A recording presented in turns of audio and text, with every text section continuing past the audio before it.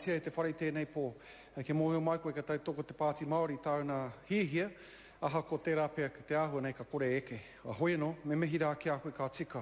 E tika ana ke kōrero hia tēnei pire i te wā, i tēnei wā tonu nei, te tāinga mai o te tangata me ki te kaituhi o mō ngā take, iwi take, o te runanga whakakotahi te ao. Ara, the United Nations Special Rapporteur on Indigenous People's Rights, ko te Professor James Anaya, ko tā mai ki Aotearoa nei, ki te ao te titiro ki te āhuatango te noho o te ao Māori, ngā iwi take, ki konei e tia kinana, ai rānei, e kāore rānei, ka mutu ki te kimi rongoā.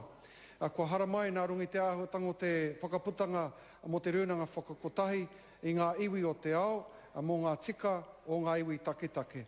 No reira, Mr. Speaker, the Professor James Anaya has arrived on New Zealand shores, and he does so in the context of New Zealand's support, the New Zealand Government's support of the Declaration of the Rights of Indigenous People.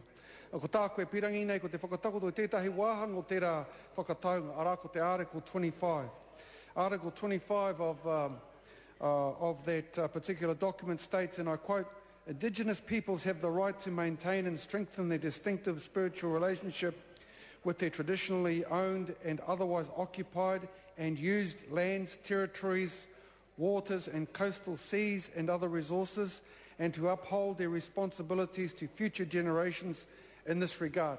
No reira, kei reira tonu te tuara o tāku kōrero he tautoko he mihi tonu ki te honore Nanaia Mahuta mo tana hihia ki te whakatakoto i tēnei pire ki roto ki mui te aro te whare pāremata.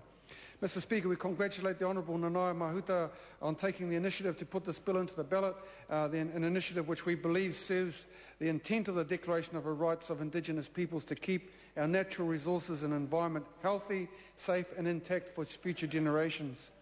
The Māori Party will certainly support the initiative taken by this bill to elevate the status of iwi management plans as they relate to the setting of regional policy statements and district plans.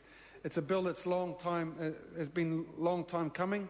It responds to the poor integration of iwi management plans into local authority plans and policies by strengthening the provisions that enable iwi management plans to influence planning and policy. In doing so, it fits with a key policy position of the Māori Party, which is to promote whānau hapu iwi as kaitiaki and support moves to restore this role to them. And so we are even more determined to acknowledge the initiative of this bill in putting into legislation aspirations and commitments which will ensure that the intent of the Resource Management Act is also honoured. In fact, we would go so far as to make a suggestion to the Honourable Nanaia Mahuta, if by chance the bill was lucky enough to go through, and it would have been that she strengthens the provision in Clause 6 of the bill that allows councils to state issues of significance to the iwi. Again, there's no specific or compulsory requirement to include issues of significance to iwi, but merely a provision for councils to act only if they wanted to. If it was going to go through, we also know how the notion of voluntary works in relation to compliance, especially with the treaty, in respecting the opportunity for mana whenua to be involved. That would be a key ingredient that we would have said we need to put into the bill. We also would have spoken about the new models of negotiation, and I would have spoken about and in fact recommended that we might consider the recent Te Atiawa Ngāti Toa, Ngāti Raukau initiative to form a regional rōpū to collectively liaise with all of the councils on their rohe.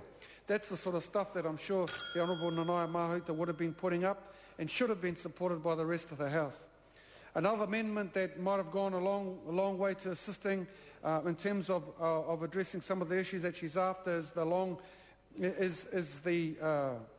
it's really well overdue, and that is to elevate the Treaty of Waitangi section to either a preamble in the Act similar to Te Ture Whenua Māori Act 1993, or perhaps to move it to Part 2 of the Act as a matter of national importance.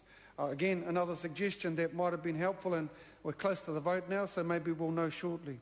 The idea is to give the treaty greater the changes that I just suggested was to give the treaty greater status in the Act so that decision makers would be actually compelled to recognise and provide for hapu as the treaty actually envisaged. All in all, sir, We support the initiative from the Honourable Member, and I'm happy to say that the Māori Party would be, or is pleased to support this bill, and do hope that in the short space of time left that the bill is able to be voted on and supported. Kia ora tātou.